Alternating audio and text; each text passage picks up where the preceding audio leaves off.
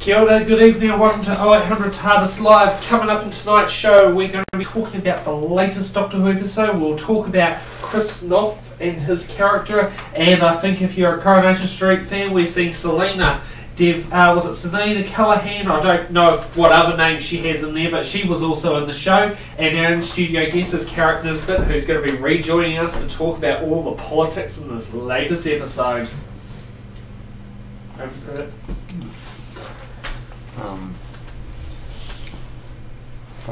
What am I mentioning? Opening credits.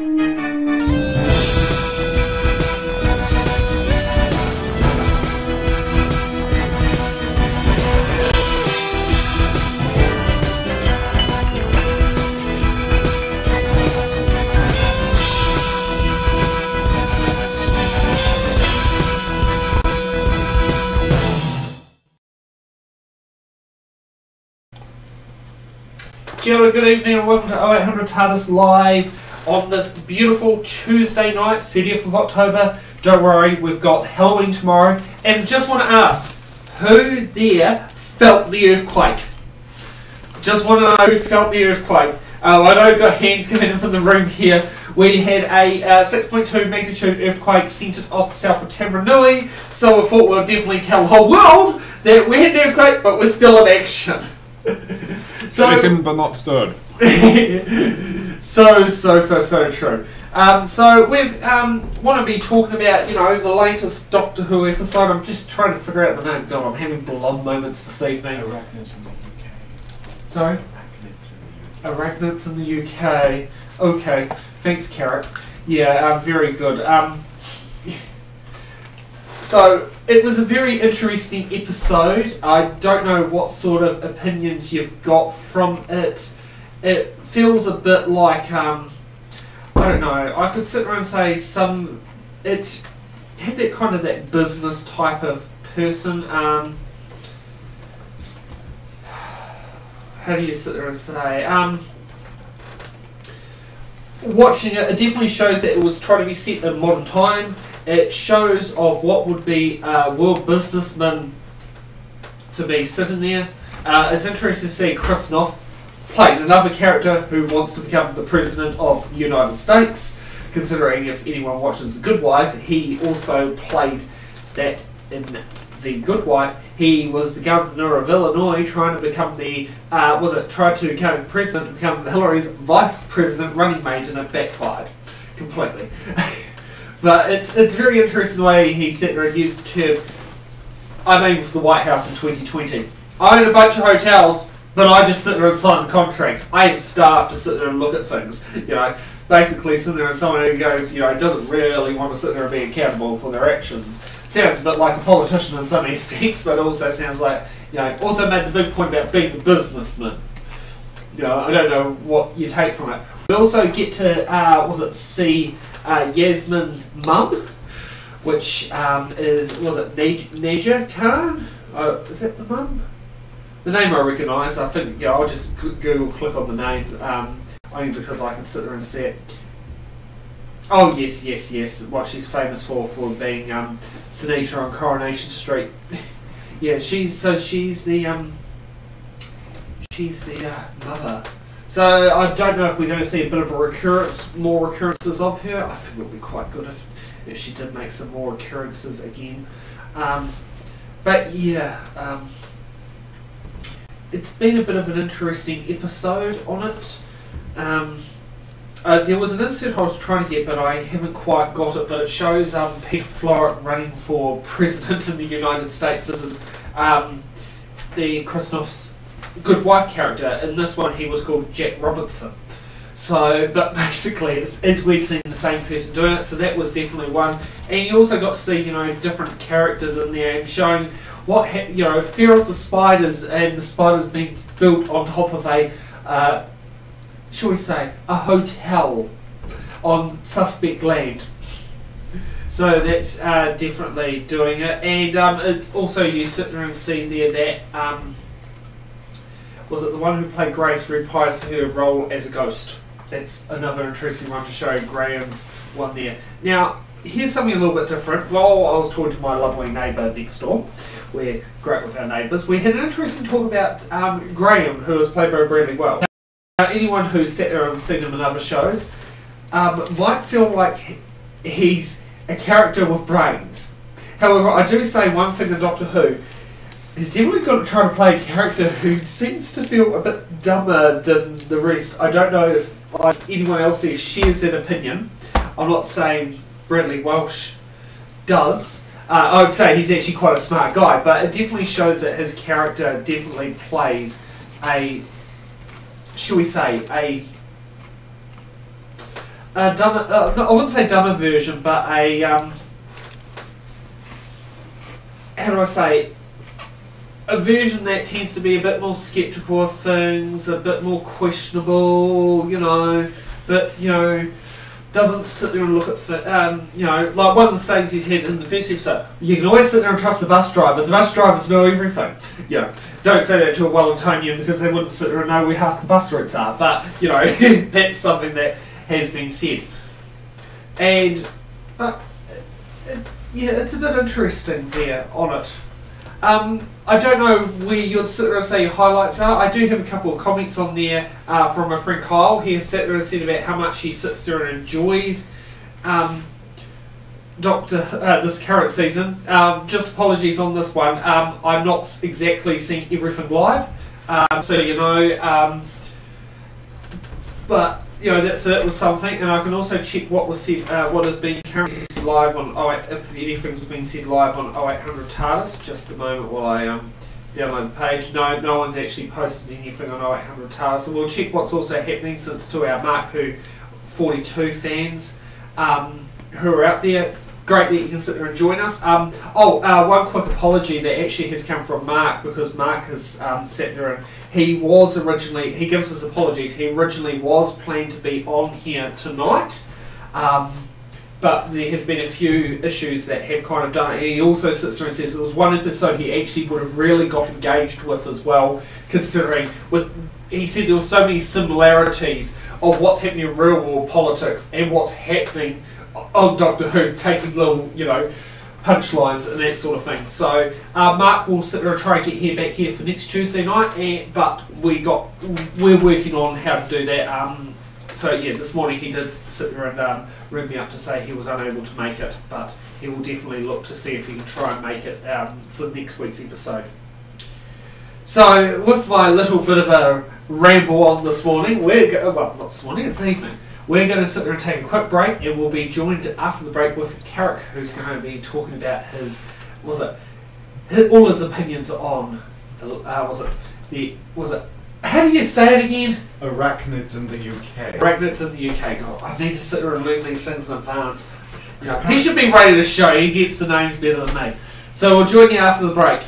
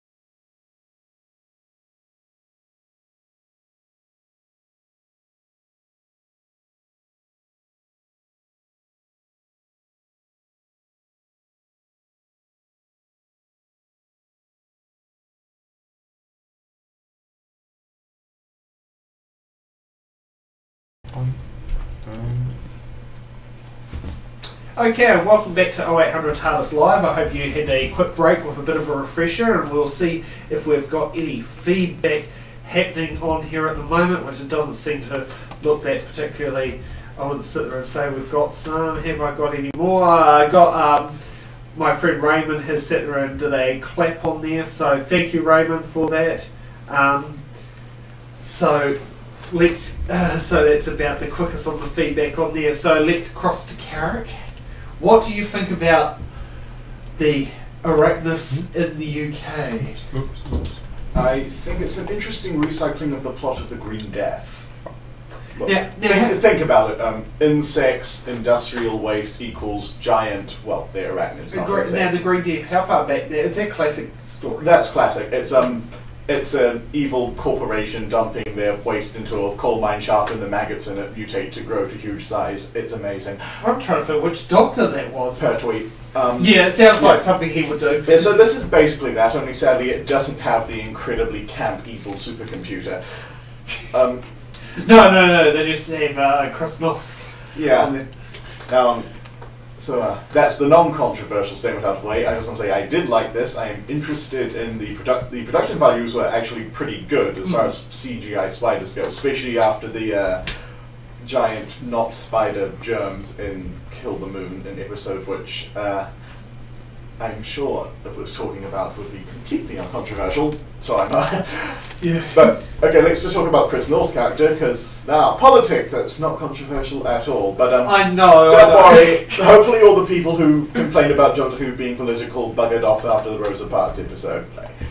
Well, I don't think so. Well, I don't know. I mean, this one was a bit more. What do you call it? The Rosa Parks was political, but it was factual. This one is just. How do I call it? Well, I would like to say I wouldn't say it doesn't draw upon real-world elements, because we were talking about Chris North's character. It's tempting to say that he's a parody of Donald Trump, or a Democratic parody.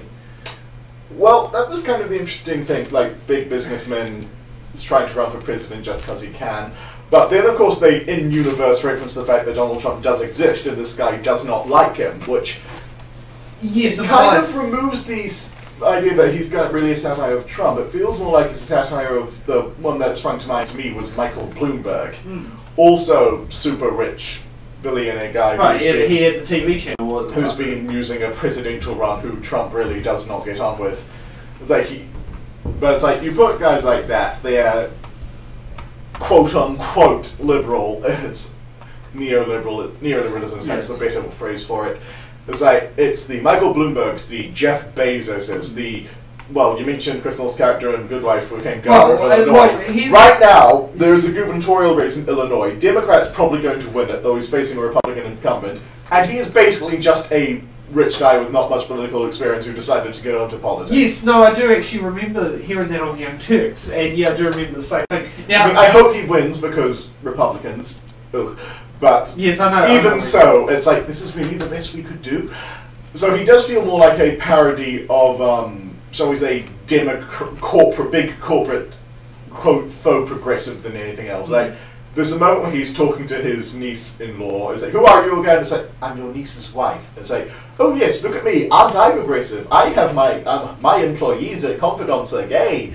Yay, such progressivism, such box ticking, such I don't even know how she's really related to me, so this, and I'm just going to let her die. Oh, I mean, I remember sitting there saying, you're fired 3 times to, was it Najer? Yeah, Najer, Yasmin's mum.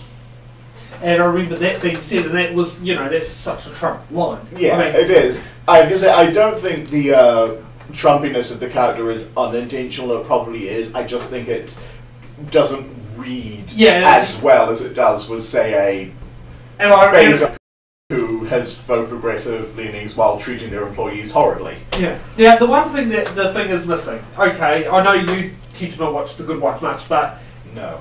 Alan Cummings, who plays Eli Gold, was it Peter Florrick's campaign manager? Guess what? Why the hell is he missing from this episode? Because King James I turns up later, and I will be here for that. I also kind of want to compare it to the Rosa Parks one. Oh, well, while we're here on the Rosa Parks one... Yeah, give your 2 cents worth. Okay. Can you please put a 10-cent coin on the table, please? I haven't got any on me. I don't think boss. Okay, so it's the way that Trump has influenced media, or rather his rise and the rise of the alt-right and everything has influenced media, is actually pretty interesting. I think, quote-unquote, satire or attempts to reference Trump himself tend not to work that well. No, I agree. I mean, I mentioned this to you beforehand, there's a terrible Doctor Who audio called The Silurian Candidate with a character called Bart Folker, who is basically Donald Trump. The audio is terrible, it's so unsubtle. And more recently, there was one called The Quantum Possibility Engine, where the evil corporate frog character, Josiah Dogbolter, becomes president of the solar system and refuses to relinquish his business ties. Again, subtle. And in that case it felt especially forced, because Dogbolter was already a character that existed in the universe. And did he not show his tax returns? That's basically it. And in that case, the satire felt forced, and it didn't really have anything to do with the story. It just felt like an attempt to be relevant. And that story was fine. It wasn't great, but it was nowhere near as bad as Bart Folko. So, but there's been this recent, it was about last year, it finished this year, and there's a continuation coming up this year and next year, Torchwood audio range called Aliens Among Us. And that is not really interested in Trumpism itself, it's interested in the culture surrounding it, the alt-right, the racist fears over immigration and the like. And yes. It's called Aliens Among Us, and it does the interesting thing with alien invasion narratives, is that normally they are fairly hashtag problematic, because the whole alien invasion thing tends to kind of sometimes feel like a justification for being anti-immigrant. Yes. What it does here is that the alien invaders, the Sorviks, they aren't really conventional invaders as such. They invade by buying out huge swathes of real estate and excluding the locals from them. Basically, they are wealthy. They are basically wealthy foreign speculators, which, if you're in this country, that fucking resonates. Oh, definitely. It doesn't, instead of making the aliens a parallel for immigrants, it turns them into capitalists, basically.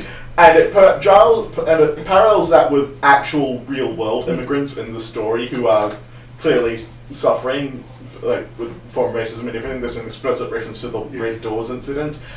And then there's this truly horrifying sector who are like, oh, we hate the Sorviks because they're aliens. We also don't much care for normal immigrants either. And it's a bit like that. It's the way it compounds actual problems with overseas business interests and tries to spin that into full-on racism of everything.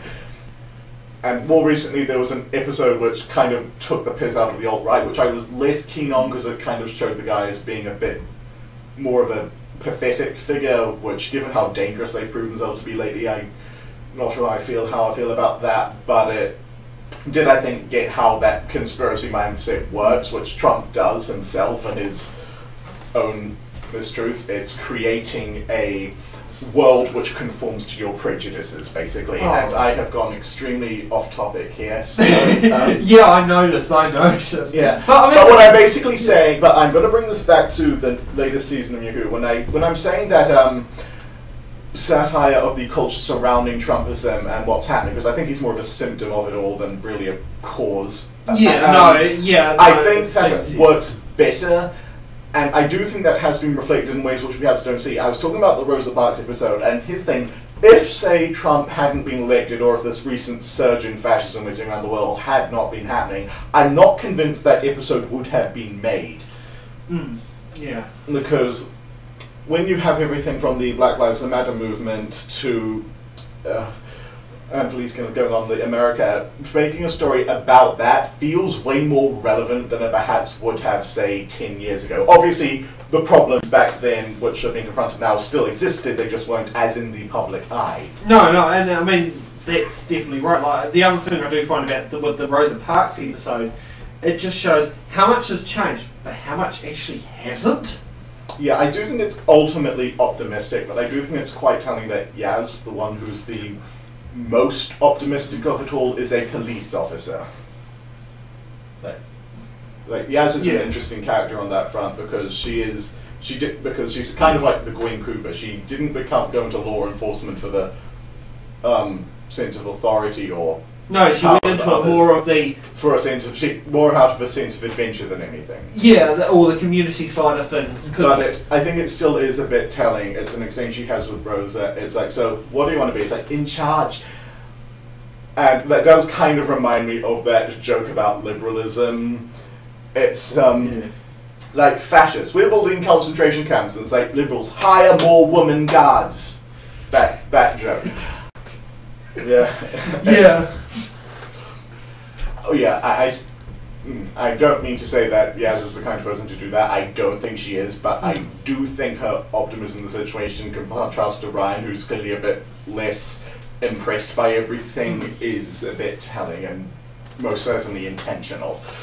Now, if you could rate it on a star scale, how many stars would you sit there and do it? For Arachnids in the UK, I'd say about 7 out of 10. It doesn't have a huge amount of depth. It's not really groundbreaking, but I found it entirely enjoyable, so I cannot say I dislike it by any stretch. Alright, do you think it would have been better as a two-parter, or do you think they got it right being a one-part episode? Well, I think a lot of stories could benefit from being two-parters, but it's also budget, it's time. yeah, I'm not really sure what a second part would have added to this. Yeah, like, no, I don't. I think it was good being a single part. Like, it didn't feel particularly restricted. Like, the castle got enough room to breathe and everything, so... Yeah, I think... because, I mean, there's some episodes you sit there and you look at, like, no, that should have been a two-parter, but this definitely was one that should have stayed as a one.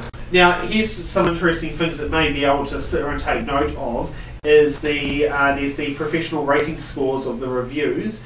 The Entertainment Weekly gave it a B-. Okay, I don't know why. This is coming from Wikipedia, so it doesn't really say why. The Daily Mirror is rated at 5 stars. Sort of Radio Times, The Independent rated at 3 stars, and TV Fanatic rated at 4 stars. So those are useful pieces of information that might be useful there. And the ratings for the UK was $6.43 million, or 29.3% of the total TV share audience in the UK.